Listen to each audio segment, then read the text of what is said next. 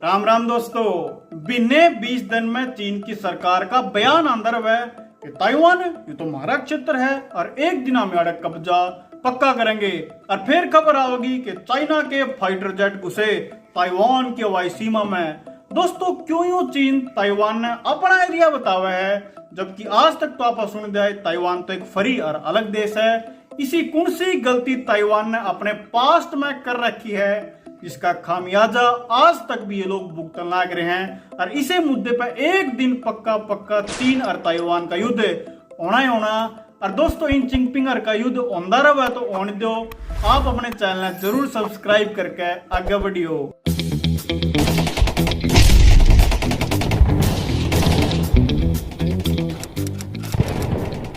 दोस्तों दुनिया के नक्शे पर यो तो है चीन और यो रहा ताइवान है। बात शुरू करें चीन की क्विंग राजवंश तक जो 1644 से लेकर 1911-12 तक चला।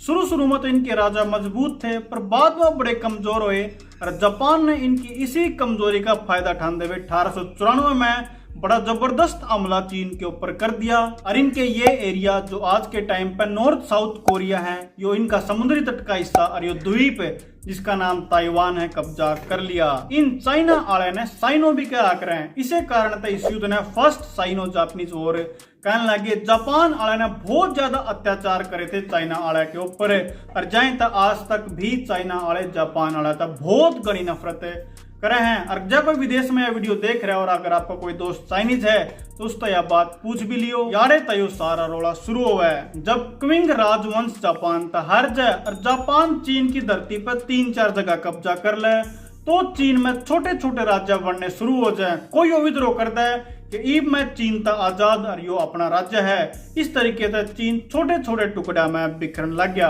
आगे चल के 1912 में चीन में एक ऐसा नेता उभरा जिसका सपना था कि अटके चीन ने फिर एक मजबूत धागे में बांध दूं। इस नेता का नाम था सन यात सेन और चीन ने अटके फिर एक बनाने इस सन यात सेन ने एक पार्टी बनाई जिसका नाम था काम्योनतोंग पार्टी। सन यात सेन चाइना ने अटका एक करने के सपने को कति पूरा करने की कगार पे था कि 1925 में सन यात सेन की मौत हो जाए।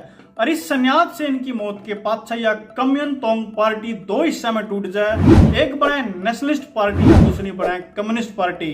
इन दोनों पार्टियों की विचारधारा बड़ी अलग थी। नेशनलिस्ट पार्टी चाहती कि चीन में लोकतंत्र हो, कम्युनिस्ट पार्टी चाहती कि तानाशाही हो। नेशनलिस्ट पार्टी क्या करती कि जनता के पास अधिकार होने चाहिए, कम्युनिस्ट पार्टी क्या करती कोई अधिकार जनता को देने की जरूरत नहीं है। नेशनलिस्ट पार्टी के नेता थे चांग काई शेक और कम्युनिस्ट पार्टी के नेता थे माओ जेडोंग। हालांकि ये दोनों नेता सन यात सेन के सपने नहीं पूरा करना चाहते थे अटके चाइना को एक मजबूत धागे में बांधना, पर दोनों की सोच में दिन रात का फर्क था।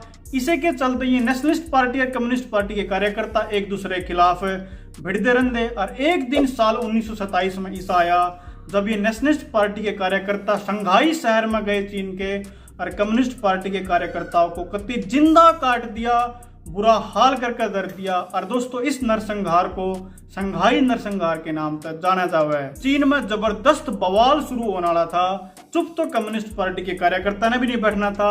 और इस घटना ने दोस्तों चीन में गृह युद्ध चला दिया और यो गृह युद्ध 23 साल तक चला और खत्म कद होया जब एक पार्टी जमा हार के कति खत्म नहीं होगी। कौन सी पार्टी आ रही वो आगे देखेंगे। यो युद्ध 1927 में शुरू होया और 1950 में 23 साल बाद जाके खत्म होया। चीन में तो छिड़ लिया था गृह युद्ध, तो जापान ने इस स्थिति का फिर फायदा उठाया और एक बार और हमला कर दिया। और चीन का जो सबसे बड़ा राज्य था मंचूरिया उस पर अधिकार करके एक अपनी समर्थित सरकार उड़े बिठा दी। और ये दोस्तों जापान वाले इतने कसाई थे कि इन लोग मार के कुत्ते तक खुआने शुरू कर दिए।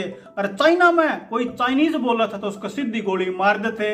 अब आप सोच कर देखो हरियाणा में जब कोई हरियाणवी बोला और उसको सीधी गोली लग जाए तो किसा हाल हो। यह स्थिति देख के कम्युनिस्ट और नेशनलिस्ट पार्टी के नेताओं ने अकल आई और उन्होंने सोचा कि हम तो आपस में लड़ दे रहे ये जापान राम तो सारे चीन पे कब्जा कर जगह, तो हमने लड़ाई बंद कर देनी चाहिए और हाथ मिला के एक दूसरे तय जापान का सामना करना चाहिए। पर ये दोनों मिलकर भी जापान ने हरा नहीं पाए।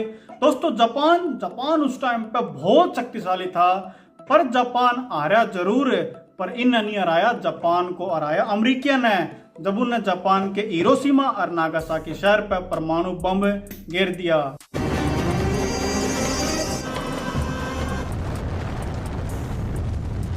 जुकरे जापान ने सरेंडर करया और मानी जो ये मंचूरिया राज्य था चीन का, यो अपने आप जापान से फ्री होकर चीन में जा मिला। और इसके 3 साल पाछे जो कोरिया थे इन्हें अपने आप को स्वतंत्र घोषित कर दिया। यो सब ओए पाछे कम्युनिस्ट पार्टी ने याडा खेला कर दिया। इसके नेता गए रूस। उस टाइम रूस में भी कम्युनिस्ट विचारधारा वाली पार्टी का शासन था। ये ओडे तलियाए सैन्य मदद और इन्हें नेशनलिस्ट पार्टी के कार्यकर्ताओं को धड़ाधड़ काटना शुरू कर दिया। काटते रहे या फिर इन्हें बजाते रहे। बजाते इन्हें कति रूस के एक कोने में सिमटा दिए।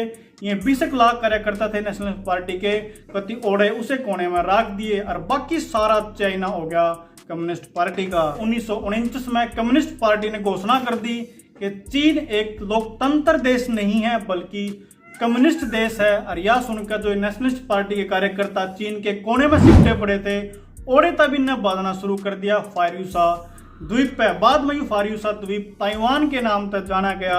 और दोस्तों 1950 में ये सारे के सारे नेशनलिस्ट पार्टी वाले ताइवान द्वीप पर आ गए। और 1950 में जाकर फिर चीन में गृह युद्ध खत्म होया, जब नेशनलिस्ट पार्टी पूरी तरह खत्म चाइना मेनलैंड तक हो गई थी। अब आप आगे हैं चीन ताइवान के रोड़े की जमात जड़ में। जब ये सारे के सारे नेशनलिस्ट पार्टी के कार्यकर्ता ताइवान द्वीप पर आ गए थे तो इनके लीडर चांग काई शेक ने एक बड़ी भारी गलती करी। इसने ताइवान द्वीप को स्वतंत्र देश घोषित नहीं करा, जो कर 1948 में कोरिया ने कर दिया था, बल्कि इसने कहा कि यो द्वीप असली चाइना है। जो ये बड़ा सा हिस्सा बच गया यू असली चाइना नहीं है और इसका नाम हम दे रहे हैं रिपब्लिक ऑफ चाइना। और एक दिन हम इस बड़े वाले हिस्से ने भी रिपब्लिक ऑफ चाइना में लेकर आएंगे।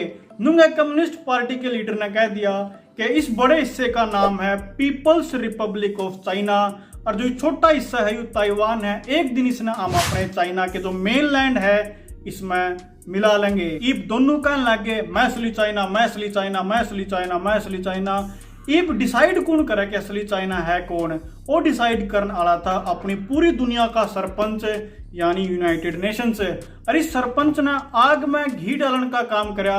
1971 तक इसने ताइवान जो आज का ताइवान है इसको असली चाइना माना और 1971 के बाद कह दिया चल भाज तू असली चाइना नहीं है, तू तो एक देश से कौन है असली चाइना, तो पीपल्स रिपब्लिक ऑफ चाइना जो बड़ी धरती का हिस्सा था यो असली चाइना है।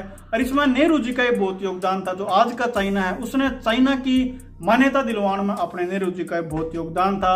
और 1971 के बाद तक बहुत सारे बड़े बड़े देश ताइवान ने एक देश मानदे को नहीं, इसमें भारत भी शामिल है। भारत भी ताइवान ने एक स्वतंत्र देश नहीं मानता। क्यों नहीं मानता? क्योंकि चाइना की एक पॉलिसी है वन चाइना पॉलिसी। जब आपने चाइना के साथ संबंध रखने हैं, व्यापार करना है, तो आपने ताइवान को भी ऑफिशियल रूप से चीन का हिस्सा मानना पड़ेगा। भारत चाइना की वन चाइना पॉलिसी ने तो मान्य है पर अपनी वन इंडिया पॉलिसी का जिक्र करता ही नहीं। भारत ने चीन तक कहना चाहिए ठीक है मैं तेरी वन चाइना पॉलिसी मान हूं पर तू भी मेरी वन इंडिया पॉलिसी मान। अरुणाचल प्रदेश भारत का है, मान इस बात ने। चलो चाइना के मानना ना मानना तो कुछ होता नहीं है, तो भारत का है। पीओके भी भारत का है, मान इस बात ने।